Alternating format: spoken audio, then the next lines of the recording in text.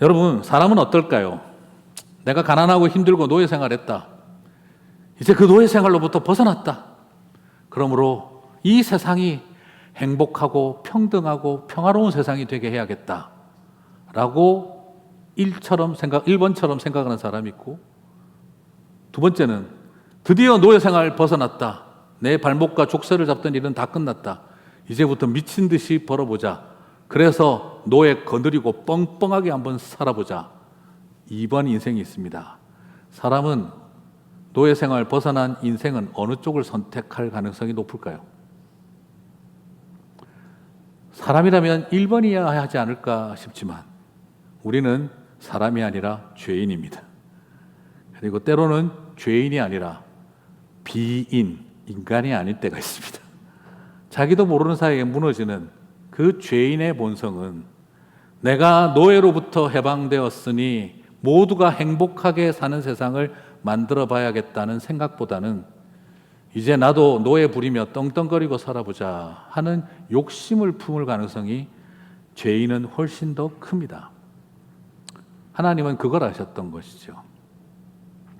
그래서 오히려 이 죄인의 본성이 어떻게 움직일지를 아셨기에 주님은 게으른 자를 위해서 일하게 만드는 만나를 주시고 과도한 욕심을 가질 죄인들을 위해 다시 한번 절제할 수 있는 만나를 주신 것입니다. 쇼스타인 베블런이라고 하는 사회학자는 130년 전 유한계급론이라는 책에서 이렇게 말을 합니다. 사람들은 지배계급을 타도하고 싶어하는 게 아니고 자기도 지배계급이 되고 싶어 한다. 그래서 지배계급을 혐오하고 미워하기보다 나도 언젠가 파라오처럼 저 자리에 올라가서 지배할 날이 올 거야 하며 부러워하고 흠모한다는 것입니다. 그래서 이 세상은 계급투쟁이 쉽게 일어나는 세상이 아니라 높은 계급으로 올라가기 위해서 몸부림치는 싸움만 있을 뿐이다라고 이야기를 한 것이죠. 참으로 놀랍고 도전적인 이야기입니다. 사람들은 모두가 행복한 공평한 세상을 바라는 것이 아니라 나만 행복하면 되는 불공평한 세상을 원한다는 것입니다. 그래서 10,000명 중에 1명인 나만 행복해질 수 있는 세상을 꿈꾼다는 것이죠. 이것이 노예로 살아온 사람들의 죄인들이 빠지는 본성이고 오류라는 것입니다. 그래서 하나님은 이 욕망의 늪에서 빠지지 않도록 우리에게 만나를 통해 훈련시켰던 것입니다. 한 오멜씩 먹으며 너희의 올챙이 시절을 잊지 말고 욕망이 지배하는 삶이 자유가 아님을 명심하며 오히려 게으른 노예의 습성에 빠지지도 말고 욕망으로 가득 찬 파라오의 욕망에 사로잡히지도 않는 하나님의 길을 걸어가기를 저와 여러분에게 훈련시키셨다는 것입니다. 이 말은 우리가 모두가 공평한 공산사회를 만들어내자 이런 수준의 이야기가 아닙니다. 만나신앙은 자족하는 신앙과 나누며 더불어 살아가는 연습을 충분히 한 다음 그리고 난 다음 하나님이 허락해 주실 사유재산과 자기 토지를 갖고 열심히 농사짓고 살아갈 준비를 시켰던 것입니다. 내가 500명을 먹을 분량을 혼자 깔고 있는 것이 부자가 아니라 500명을 먹이기 위해 함께 나눌 수 있는 삶을 살아가는 것이 참된 부자라는 것을 가르쳐 주기 위해 우리가 함께 살아가야 하는 세상이라는 것을 40년 동안을 훈련시켜야 했다는 것입니다. 그렇습니다. 성경은 부자를 부정하지 않습니다. 부자를 부정하지 않습니다. 그런데 독특하게도 예수님의 비유는 아주 재미난 대조법을 쓰고 있습니다. 제가 벌써 한번 말씀드렸는데요. 성경에서는 부자라는 타이틀을 달면 무조건 네거티브합니다. 굉장히 부정적입니다. 그런데 파저티브한 경우에는 부자라고 타이틀을 절대 달지 않습니다. 어떻게 달까요? 두 아들이 있는 한 아버지가 있어. 탕자의 비유에 나오는 아버지는 재산이 많습니다. 탕자의 비유에 나오는 아버지는 어떤 타이틀이 맞습니까? 부자입니다. 그런데 부자라고 쓰지 않습니다. 그리고 먼 나라의 왕이 되기 위해서 떠나가며 청지기들에게 재산을 맡기는 왕이 될 주인의 이야기가 나옵니다. 그 사람 어떤 사람이죠? 부자입니다. 그런데 부자라고 표현하지 않습니다. 한 주인이 있어 왕이 되기 위하여 먼 나라로 떠나서 왕이 되어 돌아오니 그렇게 표현을 합니다. 그 다음 우리가 잘 알고 있는 제가 낸 책 오후 5시에 오신 그분, 포도원 품꾼의 포도원 주인. 여러분 1시간만 일해도 하루 일당을 줄 수 있을 사람입니다. 그리고 밖에 나가서 리크루트하고 다니셨어요. 여러분 공식적으로 뭡니까? 부자입니다. 그런데 부자라고 표현하지 않습니다. 한 포도원 주인이 있어 라고 표현합니다. 다시 말씀드리면 성경은 부자라고 표현할 때는 부정적입니다. 한 부자가 있어 고운 자색 옷을 입고 날마다 호화로이 연락하는데 나사로가 그 빵 조각을 먹더라라고 이야기를 하죠. 여기를 통해서 발견하는 것은 무엇이냐? 그 부자는 부자라고 성경이 표현할 때는 매우 부정적이라. 그러나 부자지만 하나님의 마음으로 사람을 살리고 세우고 영혼들을 구원하고 돌보는 일을 할 때에는 나눔을 실천하고 힘없는 백성들을 돌봐주고 무능한 사람들에게 기회를 주고 그리고 죄 지은 인간들을 용서하고 회복하고 또다시 기회를 주는 존재를 향해서는 부자라고 표현하지 않습니다. 아버지, 주인, 왕 이렇게 표현되고 있습니다. 다시 말씀드리면 돈만 많은 죄송합니다. 좀 표현을 거치게 하겠습니다. 돈만 많은 것들은 부자라고 표현하시고 돈도 많은 분들은 아버지, 주인, 임금으로 표현되고 있다는 것입니다.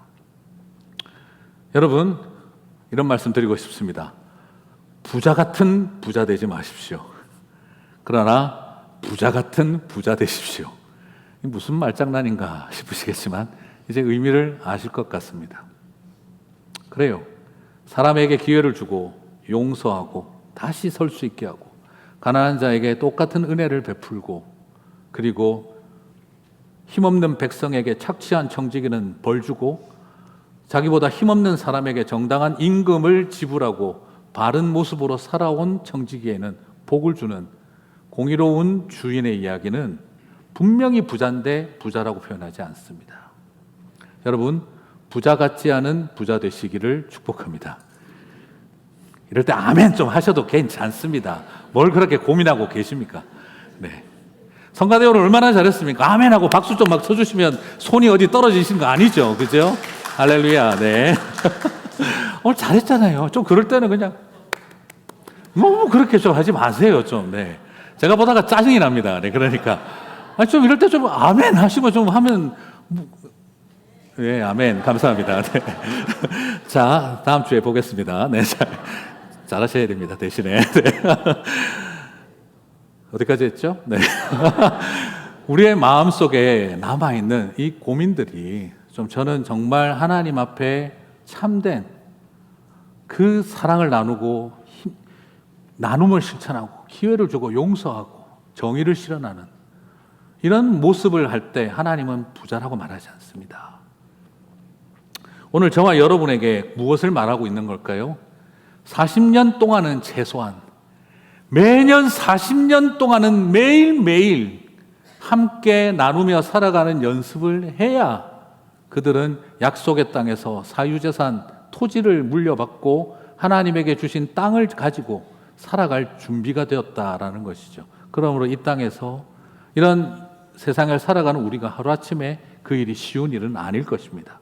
그러나 왜 이들에게 40년이 필요했는지를 생각하면서 그 지난 다음에야 땅을 주셨는지를 기억하면서 오늘 우리가 더 준비되어야 함을 고백하지 않을 수가 없습니다. 그러므로 우리에게 주어진 많은 것들을 나눔의 자리에 서게 될 때 주님은 큰 은혜로 함께 하실 줄 믿습니다. 그렇습니다. 주님은 나만 거듭날 것이 아니라 우리의 경제 행위가 거듭나야 할 것을 기대하고 계셨던 것입니다. 그래서 먼저 갖는 연습보다 함께하며 나누며 살아가는 연습부터 충분히 시킨 다음 주님은 사유재산을 그들에게 허락하셨던 것입니다. 오늘 그 마음을 우리 시대에 그대로 적용할 수는 없지만 이 마음을 우리가 헤아릴 수 있었으면 참 좋겠습니다. 노예로 살다가 언젠가 나도 노예 막 부리면서 살 날이 오겠지. 그것은 아직 구원받은 백성의 삶이 아닙니다. 만나를 먹으며 만나를 나누며 함께 만나를 즐기며 살아가면서 하나님 주실 은혜를 바라보는 우리가 되었으면 좋겠습니다. 여섯째 날에는 각 사람이 같이 읽겠습니다. 갑절의 식물 곧 하나에 2오멜씩 거둔지라. 회중의 모든 지도자가 와서 모세에게 알림해 모세가 그들에게 이르되 여호와께서 이같이 말씀하셨느니라. 내일은 휴일이니 여호와께서 거룩한 안식일이라. 너희가 구울 것은 굽고 삶을 것은 삶고 그 나머지는 다 너희를 위하여 아침까지 간수하라. 여러분, 오늘 이 성경을 보고 이게 해석하기 오류가 생기는데, 자, 그러면 이제 앞으로 토요일 날 우리 목사님들 다 나오라 그래서 16시간 동안 일을 시킬까요? 자, 이제 토요일 날 여러분 직장에서 이제 너 크리스찬이라며, 예. 교회 간다며, 예. 니네들 성경에 보면은 그 하루 전날 2배로 했다며. 토요일 날 넌 앞으로 나와서 당직 서고 2배로 일해라. 성경적인가요? 또 반대로 어떤 분들은 그런 이야기를 합니다. 주 5일 근무제 그거 비성경적입니다. 주 5일 근무제 그거 반성경적입니다. 2배로 이거 일하라고 하지 않았습니까? 그러므로 주 5일 근무제는 비성경적입니다. 이 또한 성경 해석의 오류입니다. 여러분 잘 보시기를 바랍니다. 유대인들은 안식일이 토요일이니까 금요일 날 지금 2배로 얻었다 그러잖아요. 2배로 일했다는 소리입니까? 아니면 2배로 그냥 주셨다는 소리입니까? 네, 잘 보셔야 됩니다. 자, 아까 말씀드렸죠. 만나는 어떻게 된다고요? 언제 싸그러진다고요? 해가 뜨면 바스러지는 거예요. 그러면 새벽 5시에 나왔던 걸 그럼 새벽 3시에 나와가지고 그냥 두 배로 일했다는 뜻입니까? 아니면 똑같은 시간 안에 일을 했는데 2배로 수확하겠다는 말입니까? 이게 지금 이해가 안 가시나요? 지금 다시 한번 2배로 일을 했다는 겁니까? 똑같은 시간을 일을 했는데 2배로 주셨다는 말입니까? 2배의 축복을 주셨다는 거예요. 안식일 날 2배나 더 일을, 그럴 것 같으면 그냥 차라리 안식일 날 나가서 아침에 걷지 뭐 하려고 그 고생을 합니까? 그러면 안식일이 쉬는 게 아니죠. 2배로 일을 해가지고 2배로 수확을 거두라는 것을 가르친 것이 아니라 8시간 하던 거 16시간 해라, 4시간 하던 거 8시간 해라를 가르친 것이 아니라 똑같이 일을 하는데 왜 이번에는 이렇게 촘촘하게 만나가 넘치게 우리에게 주어졌나 깜짝 놀란 것입니다. 한 오멜이라 그러면 여러분 어느 정도 되느냐? 잠깐 사진을 보여주시겠습니까? 우리 김동문 선교사님한테 받아왔는데 저게 바로 한 오멜. 저 안에 들은 게 지금 만나다 이렇게 생각하고 쳐다보시면 안 되고요. 만나가 가시가코라고 했잖아요, 그죠? 그래서 이스라엘에 있는 그 가시를 이 안에 집어넣은 거예요. 저런 씨앗입니다. 가시를 집어넣는데 한 오멜 분량이 지금 우리가 말하는 약 1.5리터 페트병 정도, PT병의 사이즈라고 보시면 대략 맞습니다. 그러니까 저게 보이시죠? 대충 손가락이랑 비교해 보시면, 그죠? 네, 손가락 출연 김병훈이었습니다. 그냥 보시면 이 가시 사이즈가 딱 어떠냐 그러면 제일 쉽게 이해하시면 여러분이 코딱지를 뺐을 때 중간 사이즈, 제일 큰 것과 작은 것 중간 사이즈라고 보시면 됩니다. 그 정도 딱 사이즈입니다. 네. 확 이해가 가실 것 같은데 사람마다 다르니까 이해는 정확하게 모르겠습니다만 딱 그 사이즈입니다. 저걸 여러분 하나씩 이렇게 주워가지고 풀 사이에서 내린 거를 그걸 긁어 모으려면 허리 숙이고 계속 이거를 해 뜨기 전에 계속 걷어야 됩니다. 쉬운 게 아닙니다. 저 정도 분량의 씨앗을 긁어 모으려고 하면 저거 쉬운 일이 아닙니다. 저걸 2배로 일을 했다가 아니라 2배로 했으면 이 불평 많은 이스라엘 사람들 그냥 안식일에 일합시다 이렇게 했을 거예요. 똑같은 시간 일을 했는데 2배나 주신 거예요. 저는 오히려 이것이 하나님 은혜라고 생각을 해봅니다. 왜 그러셨을까요? 너희들이 고통스럽게 일하며 먹고 살았지 않았냐? 노예 생활하며. 또 누군가에게 일 시키고 또 서로가 일하면서 그렇게 고통스럽게 살지 마라.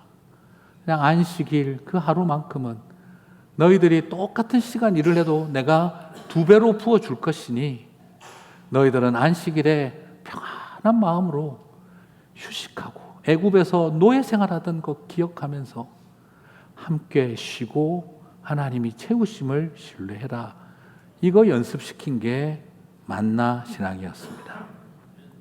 하나님은 저와 여러분에게 안식일을 쉬기 위해서는 2배는 더 일해야 된다. 이걸 가르치신 것이 아니라 똑같이 일하고 살아온 너희들에게 그 안식과 쉼을 위해 나는 언제든지 2배의 축복을 줄 존재이니 40년 동안 그걸 훈련시킨 겁니다. 이건 율법주의가 아니라 40년을 네 눈으로 보고 네 입으로 먹고 네 손으로 잡아봐라는 겁니다. 40년을 잡아보고 나니 이제 안식일에 하나님 앞에 하루를 쉬고 예배하는 일에 손해본다는 생각, 복잡한 생각하지 말고 내가 안식일을 지킨다가 아니라 안식일이 너를 지키는 거다. 안식일이 너를 쉬게 하는 거다. 안식일이 너를 살리는 거다는 걸, 내가 안식일을 지키는 게 아니라 안식일이 나를 지키고 있다는 걸 알게 해주는데 40년이 걸렸다라는 뜻입니다. 사랑하는 성도 여러분, 그것을 잘 간직해서 자녀들에게도 가르치라는 겁니다. 출애굽기 16장 23절 32절 모세가 그들에게 이르되 아침까지 간수하라. 안식일 날 아침까지 간수하고 잘 간직해라. 그리고 그것만이 아니었습니다. 출애굽기 16장 32절 대대 후손을 위하여 간수하라. 언약궤 안에다가 십계명 옆에다가 놔두라는 거예요. 이거 여러분 얼마나 황당한 이야기입니까? 어디 먹거리가 하나님의 말씀 옆에 있다는 겁니까? 주님은 지금 뭘 보여주고 있는 것이죠? 먹거리와 하나님의 말씀이 동일하게 거룩해야 한다는 것입니다. 먹고 사는 일이, 하나님의 말씀을 묵상하는 일이 분리되지 않는다는 것입니다. 내가 너희들을 그렇게 인도하며 함께하고 있다는 것을 신뢰하고 믿으라는 것입니다. 하나님 말씀만 펴놓으면 종교적인 삶만 살아가지 말고 먹고 사는 것도 하나님 앞에 거룩하라는 것입니다. 그 속에 하나님의 인도하심을 신뢰하라는 것입니다. 그 마음으로 살아가는 것이 만나 신앙이었고, 그거 고백하고 순종할 수 있는데 40년 걸렸던 것이죠. 사랑하는 성도 여러분, 먹거리라고 할 수 있는 가장 일상적인 것이 십계명과 동등했던 것입니다. 저와 여러분이 성경 말씀을 읽고 공부하고 설교를 듣고 설교를 할 때에는 하나님 사람 같으나 먹고 사는 문제는 하나님의 사람 같지 않은 실수를 할 수 있지만, 끊임없이 우리는 이 2가지가 언약궤 안에 있다는 것을 기억하는 사람들이 되어야 한다는 것이지요. 우리의 자녀들에게 그걸 알려줘야 합니다. 먹고 사는 것과 읽고 묵상하는 것이, 먹고 사는 것과 믿는 것이 한 언약 안에 있다는 것입니다. 이렇게 만나신앙은 우리에게 귀한 도전을 주고 있습니다. 그러나 궁극적으로 이제 이 만나신앙의 마지막 이야기는 예수 그리스도입니다. 하나님의 거룩한 것이 먹거리가 되었고, 우리는 그 먹거리를 통해 하나님의 거룩한 구원의 은혜를 바라보게 하는 것이죠. 먹거리를 집어넣어서 만나를 바라보며 말씀을 보게 하고 말씀을 보며 만나를 보게 하셨습니다. 이것은 결국 뭘 말하느냐? 영이 육으로 임하고 육을 통해 영을 보는 것입니다. 하나님이 사람의 아들로 이 땅 가운데 육으로 임하고, 그리고 하나님의 아들을 통해 보이지 않는 아버지를 보는 것입니다. 예수님께서 말씀하셨습니다. 아버지를 보이라고, 아버지께서 나를 보내셨으니 나를 본 자는 아버지를 보았느니라. 아버지께서 나를 보내셨으니 나를 본 자는 아버지를 보았느니라. 육으로 입고 온 사람의 아들 인자를 바라보며 우리는 영이신 하나님을 본다는 것과 같습니다. 그러므로 이 만나는 예수 그리스도가 생명의 떡으로 하늘이 육을 입고와 하늘을 보게 만드는 통로라는 것을 예표하고 있는 것이죠. 아이고, 우리 목사님 또 희한하게 꼬운다 생각하지 마시고 요한복음 6장 32절 33절을 보겠습니다. 예수께서 이르시되, 같이 읽겠습니다. 내가 진실로 진실로 너희에게 이르노니 모세가 너희에게 하늘로부터 떡을 준 것이 아니라 내 아버지께서 너희에게 하늘로부터 참 떡을 주시나니 하나님의 떡은 하늘에서 내려 세상에 생명을 주는 것이니라. 지금 모세가 만나가 내려지는 그 순간을 예수님은 말합니다. 내 아버지께서 내려주신 것이었다. 그리고 내 아버지께서 참떡을 주셨는데 그 참떡은 생명의 떡이고 세상의 생명의 떡이라고 이야기했었어요. 그러면 그 참떡, 생명의 떡은 누굽니까? 예수님입니다. 요한복음 6장 48절 51절입니다. 바로 말씀하십니다. 같이 읽겠습니다. 내가 곧 생명의 떡이니라. 너희 조상들은 광야에서 만나를 먹었어도 죽었거니와 이는 하늘에서 내려오는 떡이니 사람으로 하여금 먹고 죽지 아니하게 하는 것이니라. 나는 하늘에서 내려온 살아있는 떡이니 사람이 이 떡을 먹으면 영생하리라. 내가 줄 떡은 곧 세상의 생명을 위한 내 살이니라. 오병이어의 기적을 일으킨 다음 이 빵과 떡으로 만족하지 말고 나를 먹으라고 하셨던 주님. 이게 바로 당신이 우리에게 출애굽 때 만나를 통해 예표하셨던 예수 그리스도이심을 스스로 주석하고 있는 것입니다. 사랑하는 성도 여러분, 그래서 예수님은 생명의 떡으로 오셨기 때문에 하필이면 태어나도 유대 땅 베들레헴에 태어나신 것입니다. 베들레헴, 말 그대로 House of Bread, 떡의 집이라고 하는 베들레헴, 거기에서 태어나셨던 것입니다. 왜요? 생명의 떡으로 오셨기에 떡집에서 태어나신 것이죠.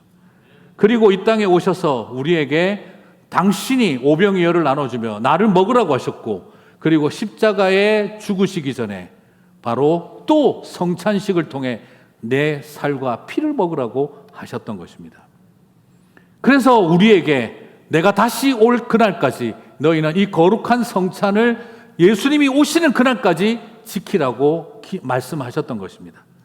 사랑하는 성도 여러분, 그래서 출애굽의 여정, 홍해바다를 가르고 나오는 예수 그리스도를 길을 통해서 나온 홍해바다를 가르고 나온 그 다음, 그래서 그들은 마라의 쓴물이 나무를 통해 달아지는 물을 마셨고 엘름의 물을 마셨고, 그리고 바로 그 다음 만나라는 떡을 먹었던 것입니다. 그래서 출애굽은 성찬으로 이어졌던 여정이었던 것이죠.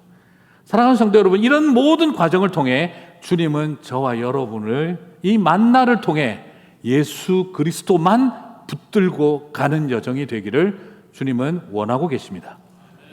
사랑하는 성도 여러분, 이제 더 이상 혼돈에 빠지지 말았으면 좋겠습니다. 만나신앙, 속으로 지금 이런 생각하실 수 있어요? 먼저 마무리 좀 하겠습니다. 만나신앙이라면 내가 쉽겠다, 할 수 있겠다. 근데 여러분, 만나신앙 결코 쉽지 않습니다.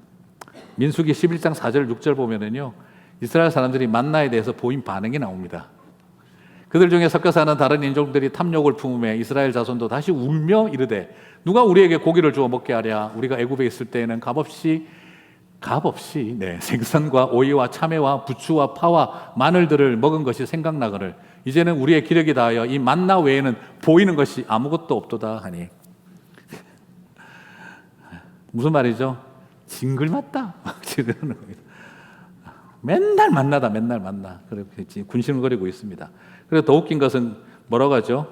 이스라엘 자손도 다시 울며 이르되 누가 우리에게 고기를 먹게 하랴. 어떻게 울었다고요? 고기! 하고 울었다는 겁니다. 고기 줘! 이러고 울고 있었다는 거예요. 지금 7살짜리 아들내미예요. 이건 지금 딱 학교 갔다 와가지고 엄마 고기! 하는, 엄마 햄버거! 하는 이 딱 그 모양입니다. 이 딱 수준이, 하나님의 백성들의 수준이 고기 줘! 이걸 하고 있다는 게 너무너무 답답해요. 그리고 또 그 다음 하는 말이 이런 것도 잘해요. 그죠? 값없이 생선과 오이와 참외와 부추와 파와 마늘들을 먹는 것이. 이집트도 한국같이 바베큐 문화인지 이게 제가 아니면은 이게 그 샤브샤브 문화인지 잘 모르겠어요. 근데 여러분, 정말 그들이 이걸 먹었을까요? 그러면 무슨 노예예요, 이게. 그래서 제가 이집트의 고대 이집트 노예 생활에 대해서 검색을 해봤더니 자료가 나오더라고요. 노예들이 먹은 것은 평생 값없이라기보다 배급받았던 것이 거친 빵과 이집트식의 맥주 한 잔이었다고 그래요. 빵보다는 맥주를 더 많이 줬다고 그래요. 술 기운으로 일했다는 말입니다. 먹고 제대로 일한 게 아니라 술 기운으로 일하는, 물론 술도 에너지 요소는 있으니까. 그래서 노예들이 했던 일은 시금털털한 빵 쪼가리 하나와 맥주 한 잔 마시고 평생을 일을 했어요. 그러다가 힘들어하면 마늘 한 조각. 그게 마늘이 이태리식으로 잘 만든 게 아니라 우리가 말하는 그 구운 마늘, 흑마늘 뭐 이런 게 아니라 생마늘 씹어 먹으면서 빵이랑 맥주 마셨다는 겁니다. 궁금하시면 집에 가셔서 괜찮습니다. 한 잔만, 맥주 한 잔하고 마늘 씹어 드셔보시기 바랍니다. 맥주만 드시지 마시고. 그러면 어떤지 느낌 아마 아실 겁니다. 네. 생맥주의 생마늘 감동입니다. 네. 그런 자리에서 1년에 어쩌다가 한 번씩 기념일이 있으면 고기, 생선, 그리고 좀 부추랑 이런 것들을 줬다는 거예요. 사랑하는 성도 여러분, 어쩌다가 한 번 1년에 먹은 그것을 날마다 매일 먹었던 것처럼 기억을 조작하고 과거를 미화해버린 이들의 모습을 봅니다. 여러분, 이것이 우리의 모습이었습니다. 사랑하는 성도 여러분, 오늘 우리가 이제 주어져 있는 길은 참 만나 신앙으로 갈 것인가? 여전히 세상 욕망을 거느리고 살아갈 것인가? 맞아요. 우리 안에도 있어요. 한때 학교 앞에서 잘 나가던 발바리의 추억들이 우리 안에 있습니다. 청담동에서 강남역 사거리에서 로데오 뒷길에서 돌아다니며 한때 황태자같이 뛰어다녔던 우리의 과거의 이야기도 있을는지 모르겠습니다. 과연 그게 여러분의 삶을 끝까지 행복하게 할 수 있는 것들이었을까요? 아직도 과거에 한때 잘 나가던 우리의 옛날 이야기가 지금 하나님과 함께 걸어가는 만나의 이야기보다 우습게 보일 수도 있겠지만, 그러나 그것을 붙드는 자에게 저는 감사가 있을 줄 믿습니다. 맞아요. 40일이면 갈 것 같은 길을 왜 주님은 4일 만에 가게 해주지 않고 40년을 가게 하셨을까? 장애인 아들 데리고 살아보며 느끼는 것은 40년을 같이 살아가지만 매일 하루하루 한순간이 힘들 때도 참 많지만, 그러나 감사할 수밖에 없는 그 만나와의 여정인 것을 고백하게 됩니다.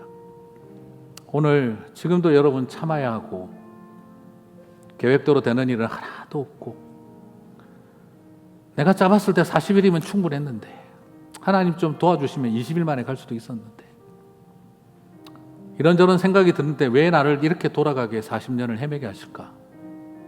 원망이 생기고 저주받은 것처럼 여겨지지만, 그러나 한순간도 하나님은 만나를 통해 저와 여러분을 놓지 않고 붙드신 줄 믿습니다. 그렇습니다. 내가 만나를